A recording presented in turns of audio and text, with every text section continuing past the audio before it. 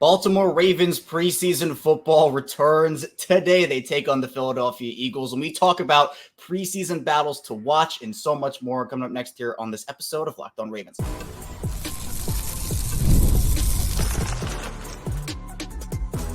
You are Locked On Ravens, your daily Baltimore Ravens podcast. Part of the Locked On Podcast Network, your team every day.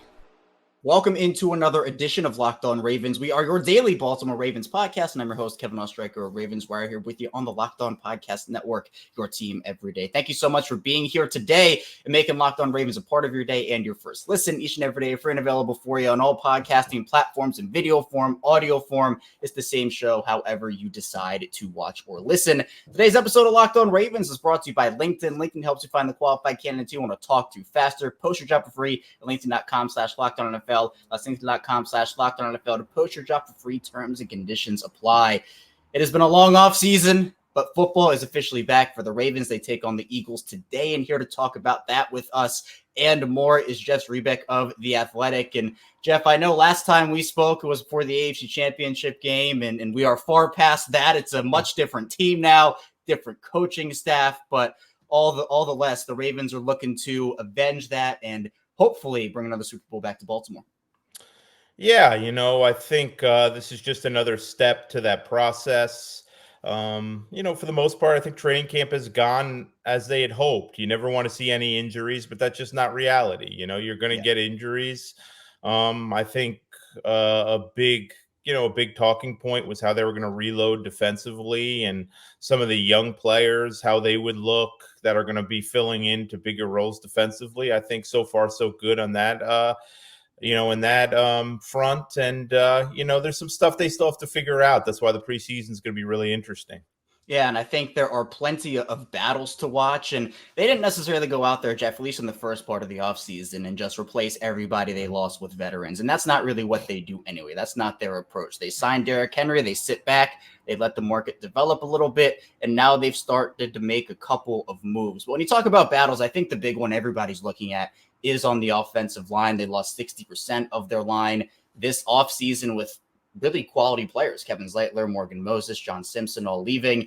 And they are looking to fill that void with a lot of younger players, guys who don't have a ton of experience. So from your eyes, Jeff, from what you've seen at training camp, how have those battles looked to you and the players that are competing for them?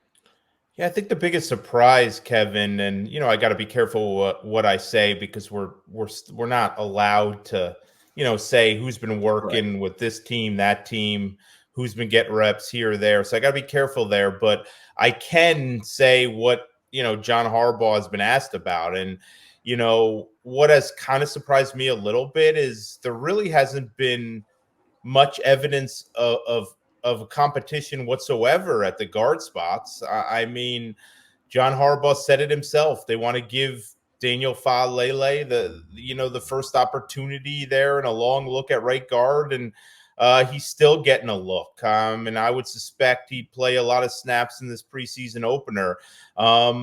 Left guard, I think most of us felt like was Andrew Voorhees' job to lose coming in. He's done nothing to lose it. I think they feel good about where he's at. You still have to see him in live game reps. I mean, this is a guy that hasn't had live game reps in a long time. Obviously after essentially redshirting last year. So, but he has I would say a pretty firm grip on that left guard spot. And, the two questions are, really on the right side. And if it's not Faalele, who is it? Ben Cleveland right now is at center.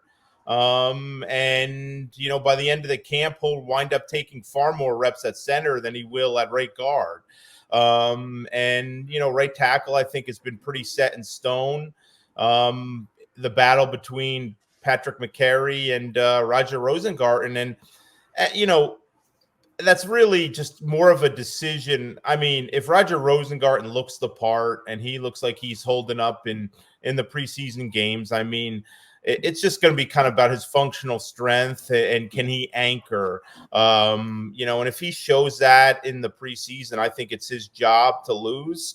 They just love the idea of McCary in that 6 offensive lineman role, and they're going to need him at tackle at some point. I mean, they need him every year, or even at center or guard. So, that these guys are all these guys are going to play. Obviously, we won't see Tyler Linderbaum for this preseason.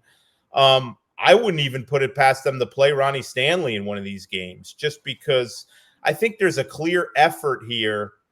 While in the past, the goal was always to get Ronnie Stanley to week 1 healthy as possible, Kevin. I don't think that's the goal anymore. Obviously, they want that one, but they want a sharp Ronnie Stanley week 1. They want him to be taking as many reps as possible. We haven't seen him miss a practice yet. Knock it on wood for him, his sake. But yeah, so I think you'll see these guys play a lot in these 3 preseason games. No Linderbaum and probably very little Stanley, but you may see some of Stanley and those other guys, Voorhees, Falele, Cleveland, a guy no one's talking about, Tayshaun Manning, who I think has absolutely a shot to make this roster, perhaps as a reserve. Josh Jones, these guys are going to play a lot of snaps over the next couple of weeks. Yeah, and I think as they should, because I know John Harbaugh said initially we'll try to have these competitions kind of done by the preseason, and then I think he understood and he walked that back a little bit, because it is, these guys have to get reps, and especially with these younger players, we all think, oh, this guy's the favorite or that guy's the favorite. They'll play a lot, but the competitions are not over at this time. And especially, it's you have Falele at guard and Cleveland at center. It's kind of these combinations we weren't really putting in the front of our minds at first, but we know, Jeff, the Ravens are a team that loves their offensive line versatility. Yeah, and I asked Ben Cleveland this question the other day, like, how do you take what they're doing now with Ben Cleveland? I mean, do you say, well, look, they're improving his versatility, and if he shows he can be a competent center, he's probably going to make this team as a reserve, and that's good news, because he started camp. I would have to say he was legitimately on the bubble. Or do you look at it as, look, John Harbaugh said the other day that he's going to be playing center the next few weeks. We haven't seen him at right guard barely at all. So that probably means he's not in the right guard starting picture now. And Voorhees is the clear, favorite at left guard. So he probably isn't going to start, assuming Tyler Linderbaum is back healthy in week 1. So is that a disappointment for him?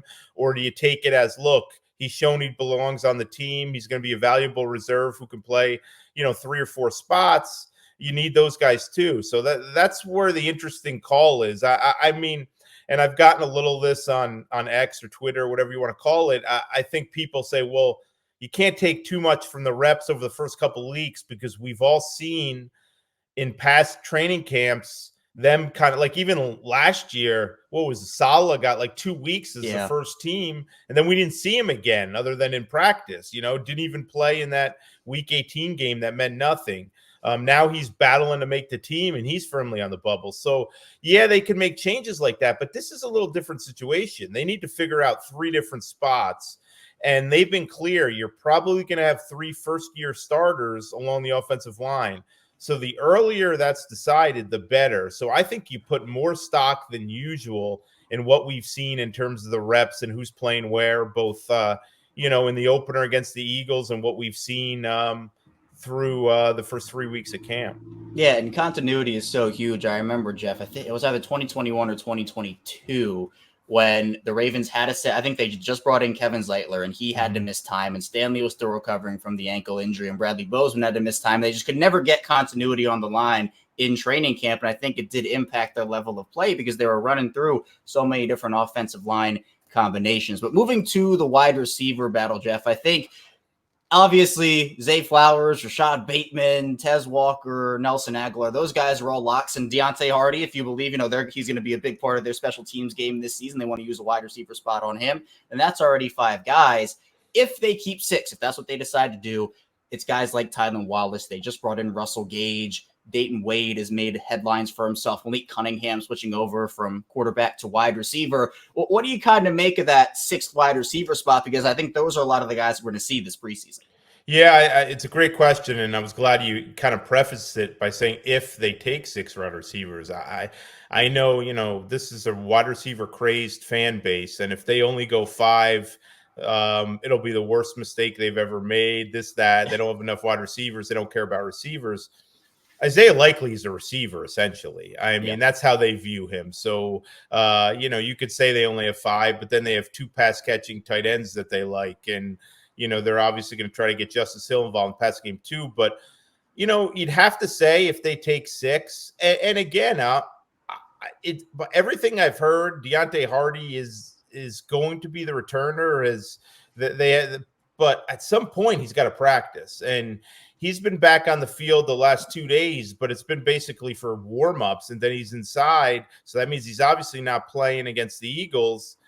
So, there's new kickoff rules. There's new special teams rules. He needs to get out there. And look, I'm not suggesting he's milking this. He's hurt. If he was ready, he'd be able to play. I'm just saying, you have to at least wonder in the back of your mind whether that could impact whether he makes the team. If this continues to linger, at some point, you're going to have to get the guy you want in there returning, and he's going to have to need to play in the preseason because this is a different world with some of these rules. But let's operate under the assumption that, he's likely to get that 5th receiver return spot. 6th spot, Tylan Wallace would have to be considered the favorite just because he's a very useful special teams player, and those back-end receivers are going to have to play special teams. I can't imagine Devontae Walker is going to play special teams. Right. I just don't know how much experience he has doing different things, and we know Aguilar, Bateman, and Flowers aren't playing. So if you're going to be active on game day in one of those back receiver spots, you need to play teams, and Wallace is good at that. He can gun. He can cover kicks. He can do some different things. He can return, obviously. And he's kind of come on a little bit the last couple of practices. I thought he had a slow start, but he's kind of put it together. And he's been, connecting with Lamar Jackson a few times here in practice, getting it going a little. And I think we all saw last year he kind of raised his level once the game started. And he was on the bubble last year too, and he made the team kind of on the strength of what he did in these games. So if they take 6, he's probably in the kind of pole position, as they like to say. You look at the other guys. Dayton Wade has made some plays. I don't think he's made enough plays or opened enough eyes to kind of get a roster spot, but he has 3 games to change that. Probably a guy they'd like to keep around the practice squad. Keith Kirkwood is a veteran. I mean, he's an experienced special teams player. So who knows? Maybe they keep him around on the practice squad, but I don't know that he's shown enough so far. I've only watched Russell Gage for a couple practices. I mean, that's a nasty injury he suffered last year with the patellar tendon. So he's going to need reps. He's going to need to work his way into shape. So we'll have to see on him. Isaiah Washington, another undrafted guy who's shown some things, but I don't know that he's had the consistency. And to me, the one guy I was watching coming in, Malik Cunningham, has done some nice things. I think he's probably further ahead than I thought, but too many drops. I mean, it's almost a regular occurrence in practice. And when you're working for one of those back-end jobs and you just don't have the margin of error, it happens. I get it. But even like one drop a week is probably too many, and he's well ahead of that pace. So, but we'll see. I think he's worthy of keeping him around and trying to develop a little more. Really good, hardworking kid who wants to do it. Obviously has the athleticism. I just don't know that he's ready to contribute as a wide receiver on a 53-man roster at the moment. Right, and if they do keep 6, that's essentially one spot for 6 or 7 guys to compete for. So I'm sure they'll have a bunch of guys on the practice squad, or at least try to keep some of those guys who perform as well as they can here. But coming up in the second part of the show, we'll talk about continuing the offensive preseason battles to watch, but then moving into defense as well. Stay tuned. We got a lot to get to here on Locked On Ravens. First, the show is brought to you by eBay Motors. Passion, drive, and patience, the formula for winning championships, is also what keeps your ride or die alive. eBay Motors is everything you need to maintain your vehicle leveled up to peak performance. Superchargers, roof racks, exhaust kits, LED headlights, and more. Whether you're into speed, power, or style, eBay Motors has it covered. With over 122 million parts, so number one ride or die will always find exactly what you're looking for. And with eBay, guaranteed to fit your part is guaranteed to fit your ride every time or your money back. Because with eBay Motors, you're burning rubber, not cash. All the parts you need are the prices you want. It's easy to make your car the MVP and bring home huge wins. Keep ride or die alive at ebaymotors.com. Eligible always exclusive by eBay, guaranteed fit, only available to U.S. customers. We're back, our second segment, Locked On Ravens. Kevin Oestreicher still here with Jeff Zrebiec of The Athletic. And Jeff, just to round out the offensive battles, I think one area that might be a little underrated for some people, just because there's a vet already entrenched there, is the backup quarterback position. With Josh Johnson, who is going to get these reps with Lamar Jackson not playing, but then you also have a guy like Devin Leary, who they obviously liked enough to draft in later rounds this season, and then Emory Jones. How do you kind of make the backup quarterback position right now? Because it feels like Johnson, obviously, he's going to be the guy, but maybe Devin Leary's auditioning for Josh Johnson after he leaves, because we know Johnson's not the long-term option there. Yeah, Josh Johnson's a solid veteran. I think they like his impact in the meeting rooms with a young quarterback group. I think they like the rapport he has with Lamar Jackson, which is very important. And I also think they trust him. They know he's going to be ready. They know he's going to be locked in the game plan. And if he has to come into the game, he's going to be able to run the offense, and he's going to kind of make the right decisions. He's not going to be a dynamic guy, and you're not going to win a game likely because of him, but they also trust him where he's not going to lose it and be the reason they lose, which I think that kind of feeling started to fade with Tyler Huntley when he made some mistakes at some critical times in a couple big games and sort of lost the confidence of some people in the building. You watch it in training camp and you probably come away saying, you know what, they could use to maybe upgrade at the backup quarterback spot. I mean, Johnson's been fine. He took a lot of first team reps early with Lamar dealing with the illness. He's had some good days, some bad days. He's also a veteran who knows what he's doing to get ready for the season. So you don't want to put too much stock into it. But yeah, I think the one thing to watch about the quarterback picture, I mean, look, you have a guy like Ryan Tannehill out there, Derrick Henry knows him well. The Ravens know him well. They've been at Pro Bowls with him. John Harbaugh knows Ryan Tannehill well. The Ravens have the longtime athletic, trainer from the Titans on their staff. Not the longtime athletic trainer, but he was a member of their staff in Titans. So They'll know all about Ryan Tannehill's health and his work habits and all that. But I don't know that he'd come cheap, and they're not going to pay for a backup quarterback. We've seen that over and over again. So I think Johnson's the guy, unless he just is unable to kind of move the chains in the preseason when he gets a chance, or if something happens. I think they're pretty committed to him as the guy at the moment, given what else is out there. The question is, do they take a third quarterback? I mean, and the rule change where you can now promote from the practice squad for that emergency number 3. Like Devin Leary could be on the practice squad, and you could use him as emergency number 3 all 17 games. So do you need a third quarterback on the roster now? I don't think you do, but you also, if Devin Leary has a good training camp, are you able to get him through, good preseason? Does he get through waivers? And I don't know that he does. It's just too important of a position. So it'll be interesting to watch how much they use him, how much they expose him to other teams this summer and in the preseason. But he's going to have to make the team, and he's going to have to play pretty well to make the team. I think they'd be more inclined to go with just 2 quarterbacks, but we all know how they feel about their draft picks, and that's not a position you mess with. If you feel like there's something there and he's really made strides throughout the summer, then I think you have to find a way to keep him. But then you lose a guy in another spot. From what I've seen so far, I think they could probably keep Devin Leary on the practice squad this year. Because the other thing with claiming quarterbacks, like he's going to have to learn your entire system new. Yeah.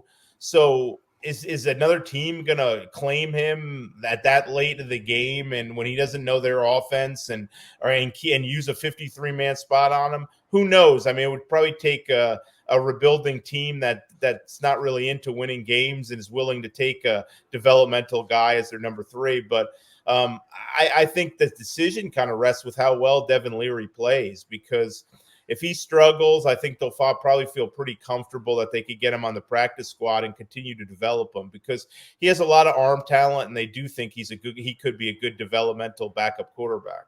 And if they do only keep 2, then you have another roster spot to work with. And I know, Jeff, Owen Wright, the running back, second-year guy, an undrafted guy last year, has been making waves. I know you've talked about him as a guy that stepped up in certain practices. And to me, it feels like he might have a legit shot to make this roster. But there are a couple of ways that could happen. Obviously, one is they would keep 4 running backs. And obviously, we know Keaton Mitchell's not going to start the season. He'll be on the PUP list. John Harbaugh's made that pretty clear. But we also know, you mentioned draft picks. There's been a shift from the Ozzie Newsome era to the Eric DeCosta era, where Eric DeCosta is not afraid to let go of a draft pick if it doesn't work out. And Rasheen Ali is someone who I do think, he has to show it in the preseason. I don't think this is a guaranteed lock for Ali just because he was a 5th-round pick. Is there a battle brewing potentially, Jeff, between Rasheen Ali and Owen Wright for maybe one spot? I think so. I mean, I think the way, and I just don't think it's a spot you can, like whatever. Let's not include Ricard. We can include him with the tight ends or whatever. He's going to be on this team. So let's just say that kind of the ball carriers. And I mean, Derrick Henry's going to get the load of the work, and Justice Hill is going to be mixed in. In years past, where under Greg Roman, even a good bit last year under Todd Monken, it was more of a committee where you had a bunch of guys. All of them were kind of banged up for the most part, except Justice Hill. And I think you wanted to watch their carries and you mix in 3 or if not 4 guys in that running game. That's not where they're at right now. I think they're kind of looking at this as a 2-headed approach. Obviously, it starts with Derrick Henry. So that number 3 running back spot, while it may be an active spot on game day, it's going to be a more emergency spot offensively. Like, I don't see that guy having a role on offense. I see the number 3 running back probably having a role on special teams early.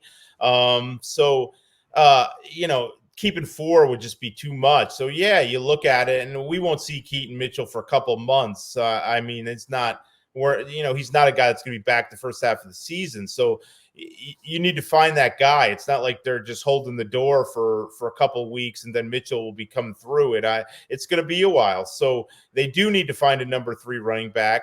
Ali and Owen Wright are probably the 2 guys in competition. I don't want to, you still have Chris Collier, another undrafted free agent there who, he runs hard. Maybe he'll show something in preseason, but it is between Ali and Wright more than likely. I think Owen Wright Owen Wright's been one of their standouts throughout.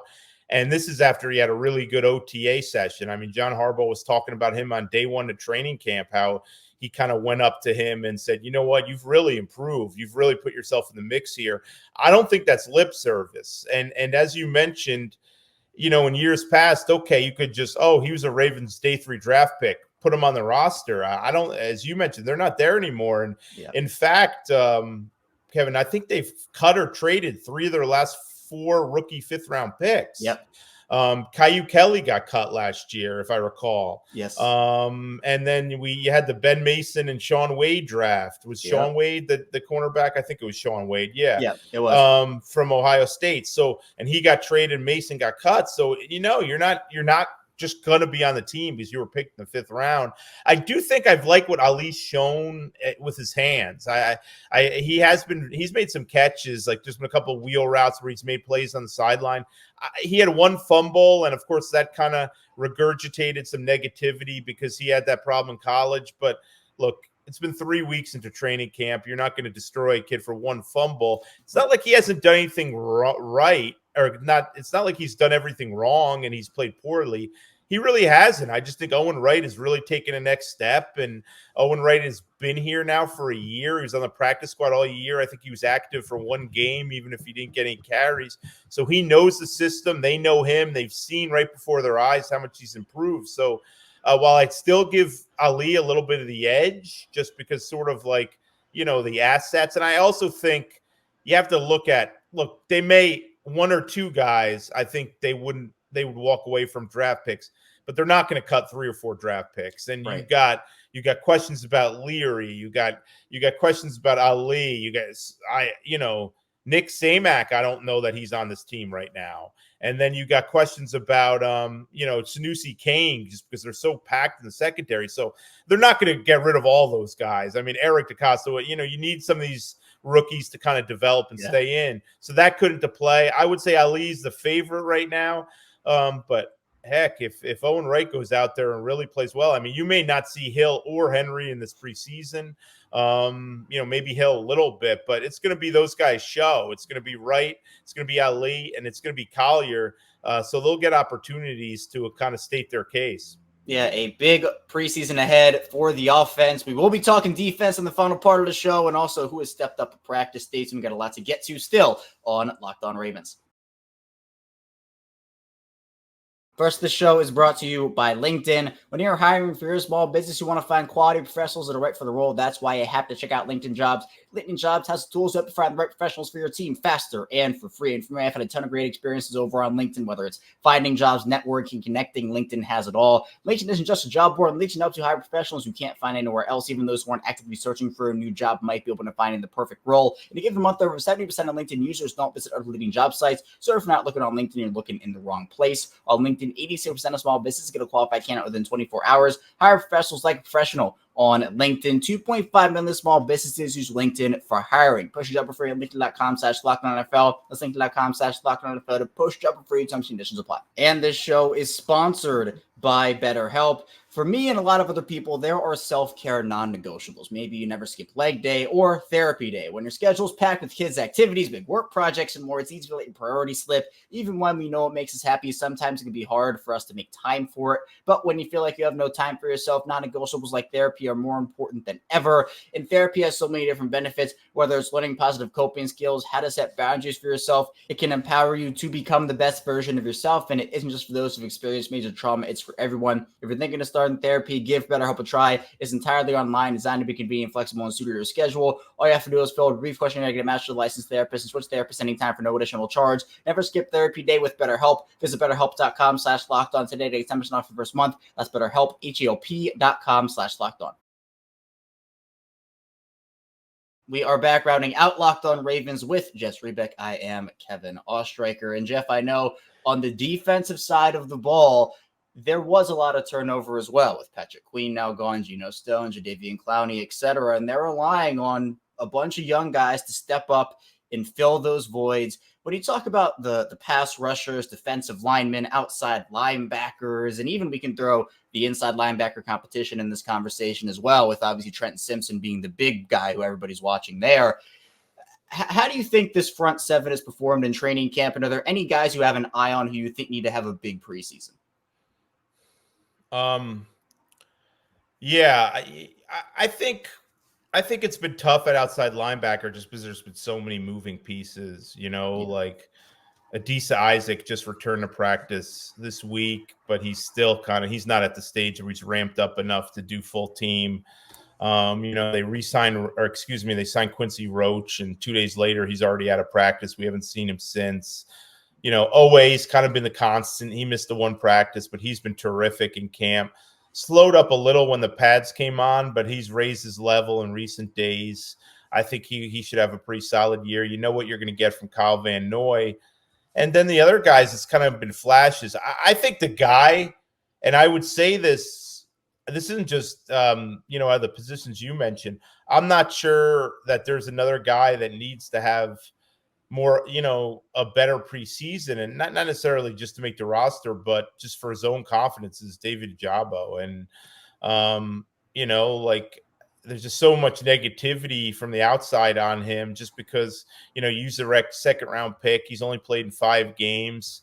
Last time we saw him on the field, he was really struggling.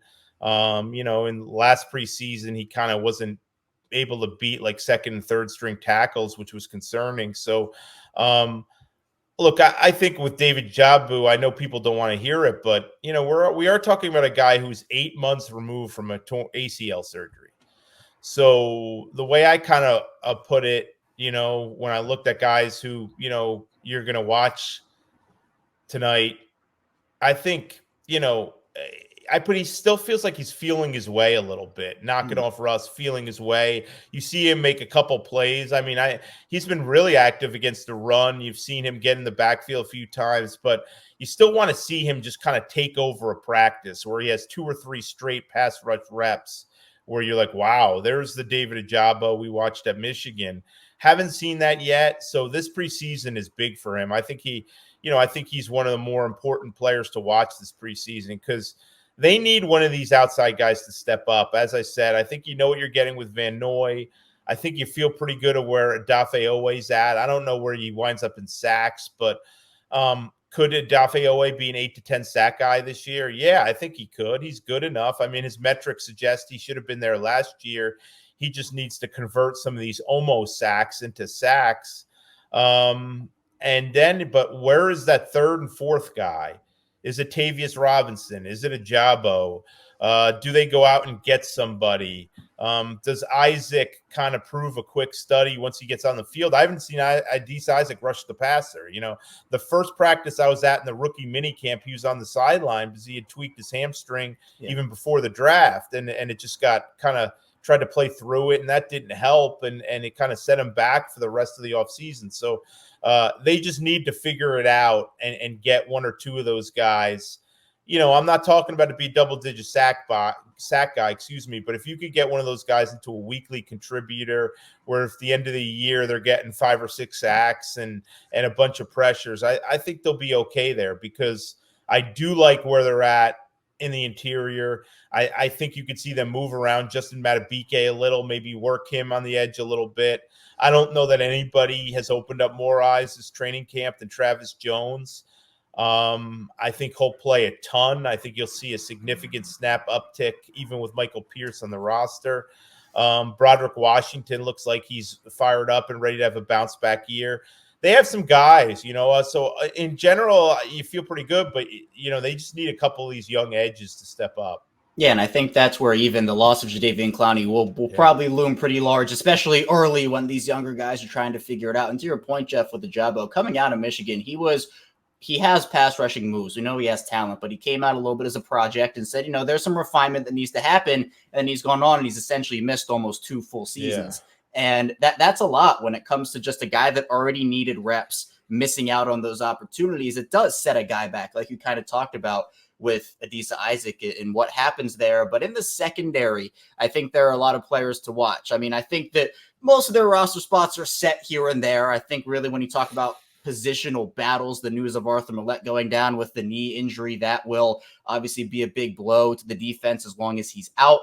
But it feels like that competition, Ardarius Washington, Pepe Williams will probably be competing over there. And then a guy that I think, Jeff, has the potential to make the roster if he can just stay healthy and on the field and show his stuff is Jalen Armour-Davis, someone who I think has talent but just hasn't been able to stay on the field. So that back-end competition, what do you kind of make of those guys? Yeah, I was reminded of this. Earlier today when I was talking to Brian Wacker, the Baltimore Sun beat guy, and he said, they took 11 last year. They started 53 with 11. Now, there's always roster gymnastics, putting a guy on IR later, but I would think they'll start with that, 10 or 11 this year again, and. We'll see about Millette. I think it's more likely he probably starts on IR if it's kind of a 6-8 week kind of thing. If it's a 4 or 5 week kind of thing, they may see if they could get away with it and just carry him and get him back, for week 3 or so without, losing him for the full 4 weeks. But we'll see about that. They'll have time to evaluate. I mean, with the knee scopes, you often don't know what you're going to see when you go in there to clean it up. I mean, sometimes it's not as serious as they thought, and the damage isn't as big, or sometimes it's worse than they thought. So we'll have to see about that. I'm glad you brought up Armour-Davis. He was terrific the first 2 weeks of camp. Getting his hands on footballs, looked fast, playing well, in the right place, gave up a couple plays, but even those plays, you were thinking to yourself, if they're playing full speed and hitting, like he may have made those plays. Hasn't had as good of a week this week. He's gotten beat on a few things. Devontae Walker beat him badly on a double move for a touchdown in one of the practices. I still think he's pretty close to a lock. Now, I reserve the right to change my mind if he doesn't play well in the preseason, if he's exposed. Obviously, with him, you got to get through healthy. But this was a guy last year who was becoming a factor on special teams, and he was playing well. I remember in particular kind of his impact on the Tylan Wallace punt return touchdown. And he started to become well, and then he got hurt again. So he has that element he brings. And then I just don't think you walk away from outside corners of that size and speed. So the way at least I'm approaching it now at cornerback, obviously assuming they're healthy, Marlon Humphrey is going to be there. Brandon Stevens is going to be there. Nate Wiggins is going to be there. Jalen Armour-Davis is going to be there. That's 4. TJ Tampa is getting closer. All along, they were kind of earmarking kind of the week after the preseason opener for Tampa to return to practice. We're almost there. We've seen him on the field working out, running from his double hernia surgery. So he's pretty close. So he'd be 5, assuming he gets back to practice next week, has no setbacks. And then I think you can almost consider Darius Washington a 6 because he can play that safety, and then he could also play in the slot. And I think he's the guy that probably benefits most from Arthur Millett's unfortunate injury. So that's what I see there. And then safety, I think you got Hamilton, Marcus Williams, Eddie Jackson. And then, with Darius Washington's ability to play safety, you may not need another, but I think you have options. I think Sanusi Kane has had a solid camp and could be a guy that factors on special teams. A lot of Chuck Clark similarities there with a guy that can come in and play special teams and ultimately become a starter a couple of years down the road. But there's other guys. I mean, we haven't brought up Pepe Williams, and he's had a solid camp. It's not that he hasn't. I mean, Zay Flowers has been a handful for him, but Zay Flowers is a handful for all the Ravens DBs. And, Kadar Holman's the guy they signed partly because of special teams ability, and he's experienced there. Wouldn't count him out. I think Darryl Worley is a really good special teams player. Yeah. Outside on the gunner, he knocks the crap out of guys, pushes them out of bounds. But he also could be a guy you probably get on the practice squad and you could elevate for a couple weeks if you need the space. So there is a lot of guys. I mean, Trayvon Mullen should be back soon, and he had a good start to camp. You never want to see a guy get injured, but that is one area where they're pretty well covered at the moment. But that's another knock on wood moment because I know we've all seen over the years how quickly DBs tend to get hurt on this roster. Yeah, I always go back to 2014 when they were signing guys off the street to play the Patriots in the divisional round, and Rashod Melvin, obviously. They found something there, but they kept just signing guys and signing guys. But last thing for you, Jeff, I know that Lamar Jackson and Rashod Bateman, they have been 2 of the biggest storylines of camp, with Lamar obviously missing due to the illness, and then Rashod Bateman has to miss a couple of practices with a couple of different things. To you, how have those 2 looked to you in training camp? Because I know that the connection between those 2 is probably the biggest storyline of camp so far. Yeah, it really has been. And, it's just a shame for Bateman. He just seems so like star-crossed was not the word like snake bitten, I guess would be the way I'd put it, like he'll have a couple of really good practices and then he'll have something freaky happen to him and then we won't see him for a couple of days. But look, another guy where there's so much negativity about and other than missing a couple of days of practice, I think Rashod Bateman is at exactly the camp that the Ravens wanted him to have. He looks really good running routes. He's healthy in the areas you were concerned about.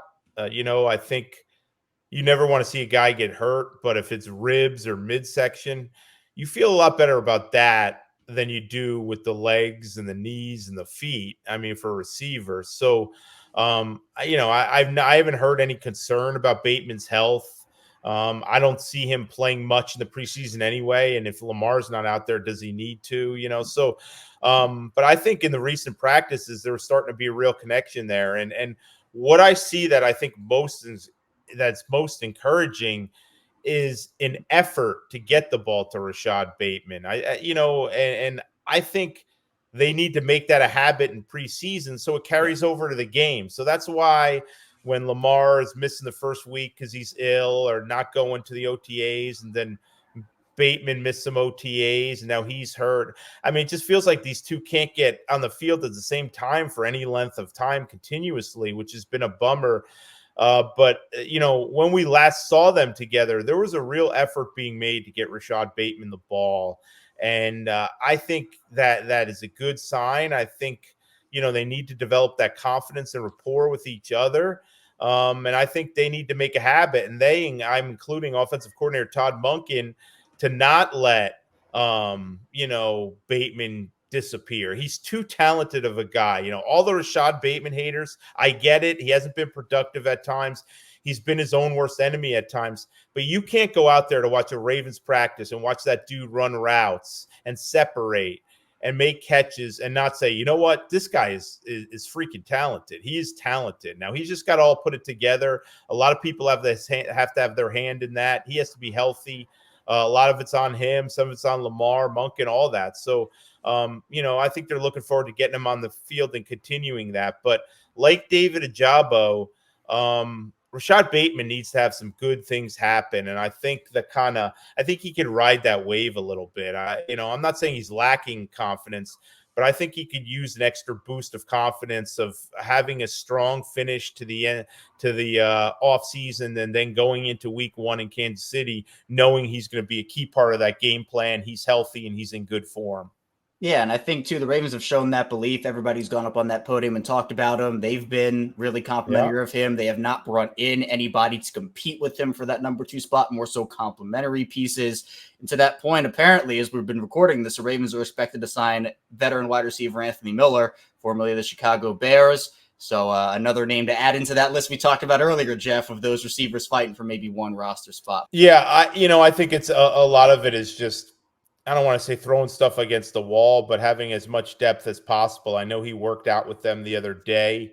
They obviously like what they saw, but, you're not going to play Flowers. Last year, Nelson Aguilar didn't even play in the preseason.